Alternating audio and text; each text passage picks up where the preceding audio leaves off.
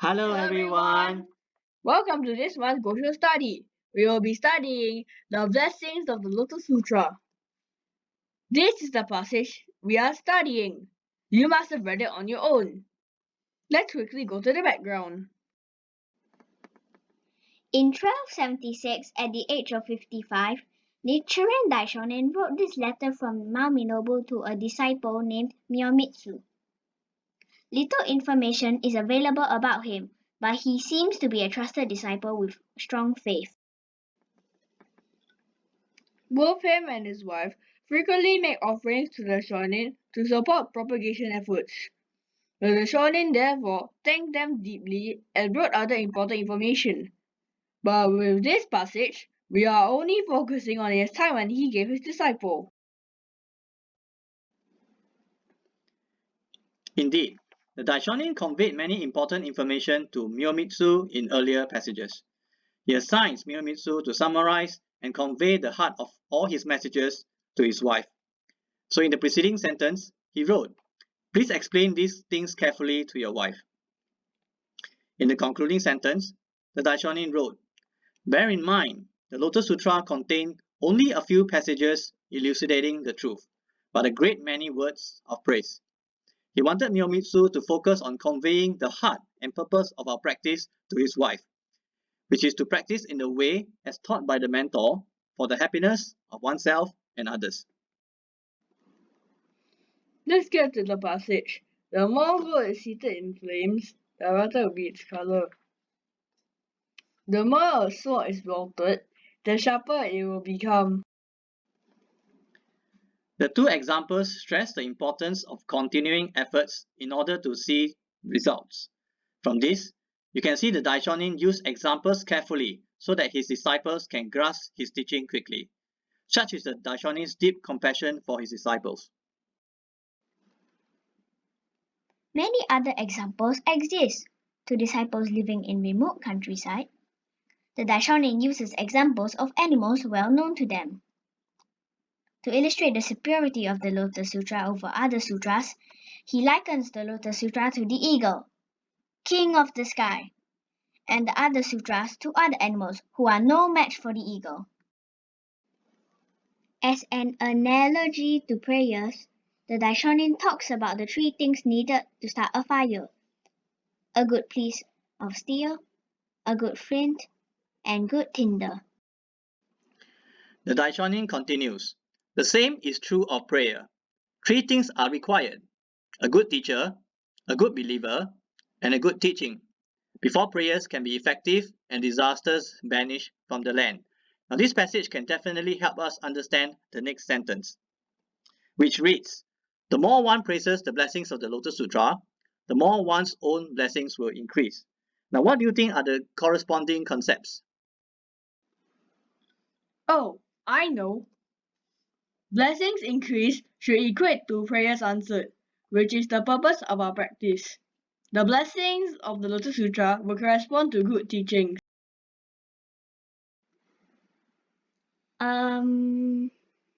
I would think praises linked to believer. It's like describing the heart of our practice. It reminds me of Bodhisattva never disparaging. Yes, that's the purpose and heart of our practice.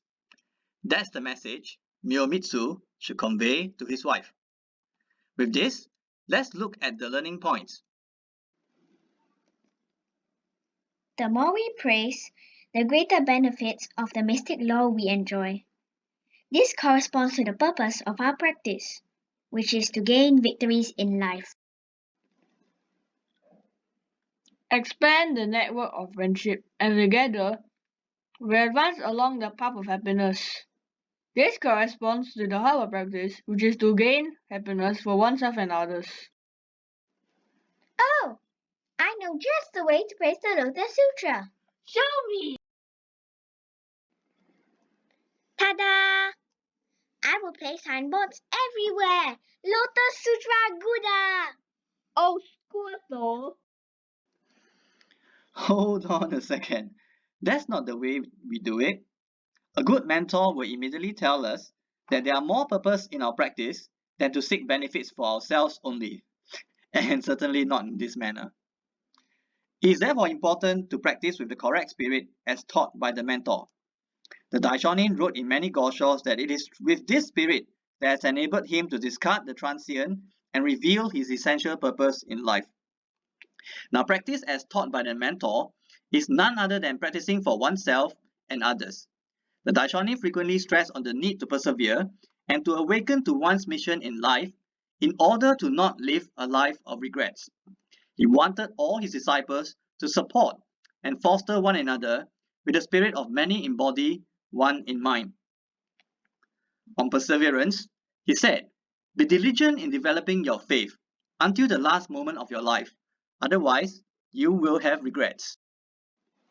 He continued, "The journey from Kamakura to Kyoto takes 12 days.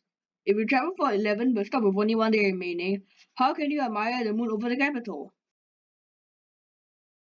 On awakening to one's mission, the Daishonin wrote, "My wish is that all my disciples make a great vow."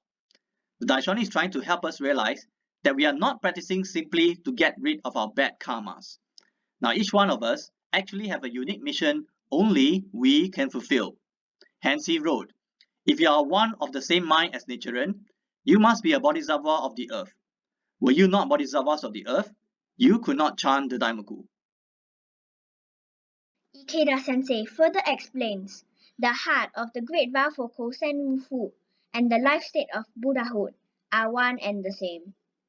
When we wholeheartedly strive to realize this vow, the poison of even the most difficult challenge can be transformed into medicine, and karma transformed into mission. I see. The best way to praise the mystic law is by showing actual proof in life and leading by example.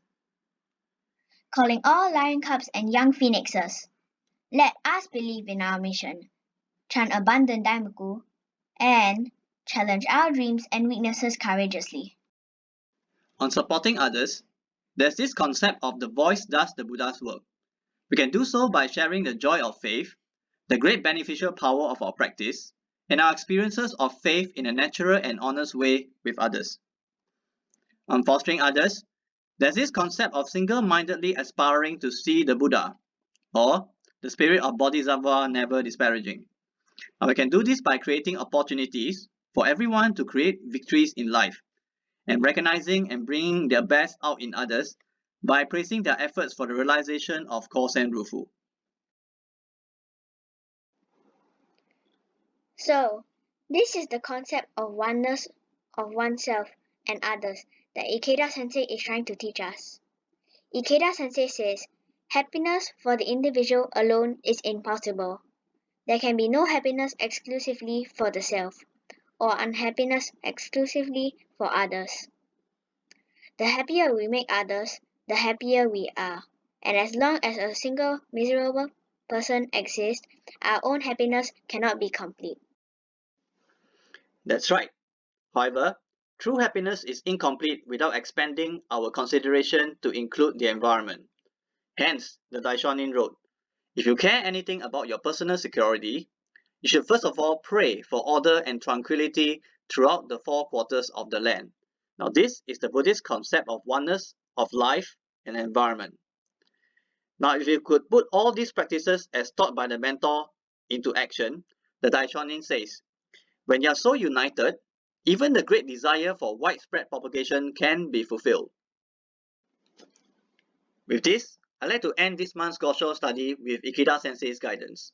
Ikita Sensei says, "We who uphold the mystic law believe that all people, both ourselves and others, innately possess the supreme life state of Buddhahood. When we strive as emissaries and disciples of the Buddha, chanting Nam-myoho Renge-kyo ourselves, and encouraging others to do the same, we can spread the philosophy of genuine respect for the sanctity of life far and wide, and enrich the world through the workings of Buddhist compassion. What our world needs today are more and more genuinely committed people who embody the life-affirming ideals of the Lotus Sutra. That is, individuals who can teach others through their personal experiences and actions that all people alike are endowed with infinitely noble potential. The time for us to embark on the full-fledged development of worldwide Kosenrifu has arrived. With the oneness of mentor and disciple spirit, let us advance together with the self-motivated spirit of "it starts with me, it starts from now" to celebrate the Soka Gakkai centennial in 2030 with absolute happiness.